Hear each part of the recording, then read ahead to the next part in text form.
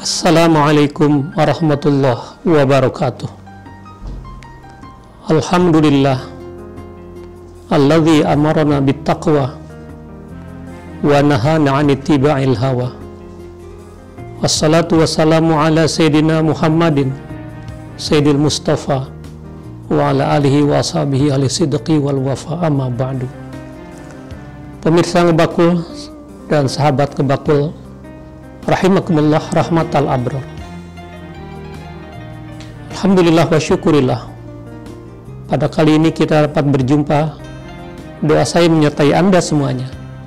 Mudah-mudahan Anda pada kesempatan ini, seluruhnya yang menyaksikan ini, dalam keadaan sehat walafiat, sehat jasmani, sehat rohani, dan insya Allah sehat kantongi, sehingga kita dapat menjalankan roda kehidupan yang penuh dengan tantangan dan kesulitan ini. Nafsu serakah adalah penyakit rohani yang sudah sangat tua usianya. Ia sama tuanya dengan kehadiran manusia di dunia ini. Dalam perkembangan sejarah manusia, nafsu serakah ini telah membumi hanguskan kehidupan, sehingga di sana sini terjadi pelanggaran, terjadi pemerkosaan hak asasi manusia, dan terjadi tindakan-tindakan di luar batas kenormalan. Kapan selesainya nafsu serakah ini? Selesainya nafsu serakah ini manakala mulut seseorang sudah disumpal oleh tanah di liang lahat. Selesai nafsu serakah. Tetapi tidak sampai di situ. Ada tindak lanjut dari Allah Subhanahu wa Ta'ala kepada orang yang mengikuti pola hawa nafsunya di dunia ini. Sebab dengan nafsu serakah, pemimpin tidak pernah adil dalam tindakannya. Dengan nafsu serakah, orang akan berpedoman kepada hal 3T dalam kehidupannya. Halal, haram, hantem terus. Karenanya lah, nafsu serakah ini harus kita kendalikan. Maka puasa Ramadan satu-satunya yang dapat mengendalikan hawa nafsu ini. Tadi saya katakan, selesainya nafsu serakah itu manakala mulut seseorang yang serakah itu disumpal oleh tanah di liang lahat. Artinya dia meninggal dunia. Namun itu ada tindak lanjutnya dari Allah Subhanahu wa Ta'ala, sebagaimana yang Nabi sabdakan. Kalau Nabi sallallahu alaihi wasallam, "Ma nazala qadamu 'abdin hatta yus'ala an arba'in, an umrihi fima afnah, an syababihi fima ablah, an malihi min aina iktasabahu wa fima anfaqahu, wa an ilmihi madza amila bih." Artinya belum beranjak kaki manusia di lubang kubur, kepadanya disodorkan 4 pertanyaan oleh Allah Subhanahu wa Ta'ala. Pertama, tentang usia, kemana dia habiskan. Kedua, masa muda, kemana dia curahkan. Ketiga, harta, dari mana dan kemana penyalurannya. Yang keempat, disiplin keilmuan, apa yang sudah dilakukan dengan keilmuannya itu. Dalam perspektif Islam, umur itu tidak dihitung dengan tahun, tidak dihitung dengan bulan, tidak dihitung dengan pekan, tidak dihitung dengan hari, tetapi dihitung sekali kita menghirup, sekali kita menghembuskan napas. Itu satu saat, itu satu umur. Dalam catatan ilmiahnya, orang bernafas 1 menit 15 kali, itu 15 umur. 4 detik, 2 detik dia menghirup, 2 detik dia menghembuskan, 4 detik. 1 menit ada 60 dibagikan 4, berarti 15 umur. Itu akan ditanya, adakah zikir-zikir yang keluar ketika seiring dengan keluar nafasnya itu? Kita bersyukur di Ramadan ini, nafas kita dihitung tasbih oleh Allah Subhanahu wa Ta'ala. Itu akan ditanya oleh Allah Subhanahu wa Ta'ala tentang usia kita ini.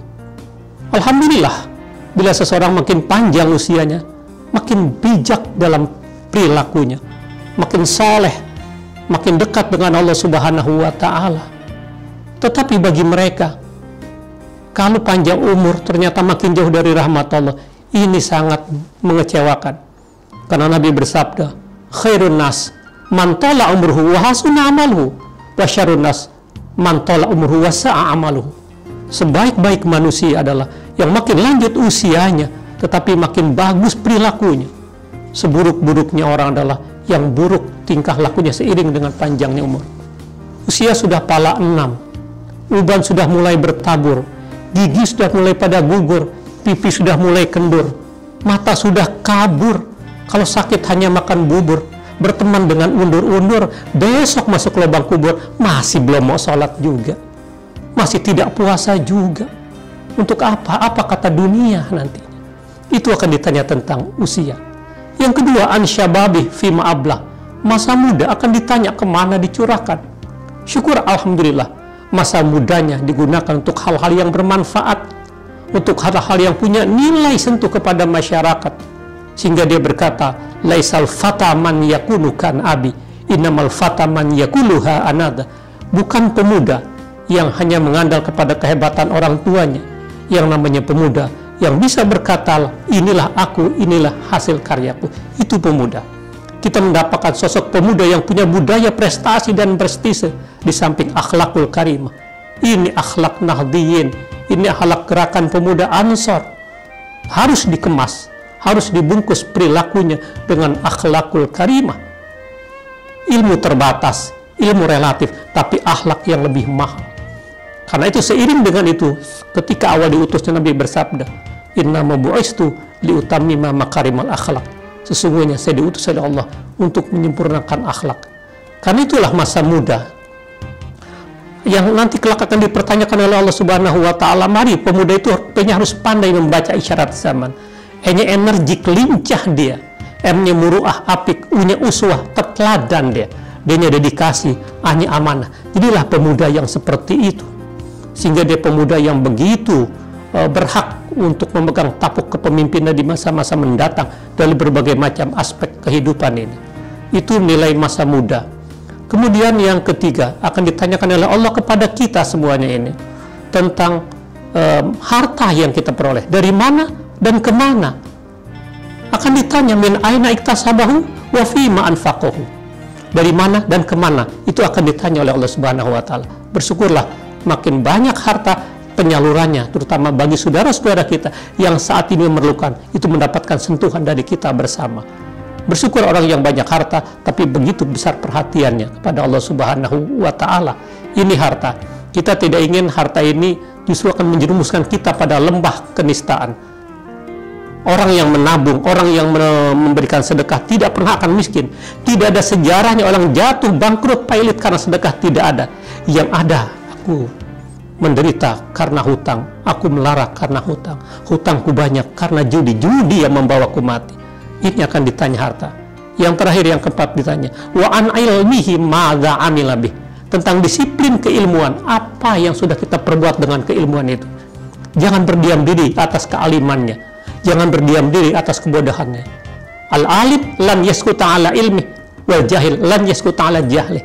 Orang yang alim tidak boleh berdiam diri atas kealimannya, orang yang jahil tidak boleh berdiam diri atas kejahilannya. Sehingga terjadi proses belajar mengajar. Disiplin ilmu juga ini akan ditanya oleh Allah Subhanahu wa ta'ala. Mudah-mudahan ini bermanfaat buat kita semuanya, dan semoga Allah memberikan kekuatan iman Islam kepada kita. Belajar terus, sir wal matlub amamak. Belajar, karena yang Anda cari masih ada di hadapan Anda semuanya. Mari kita berbuat untuk bangsa, untuk umat. Apalagi sedekah di Ramadan ini Allah lipat gandakan. Dawu mardokum bis sedekah.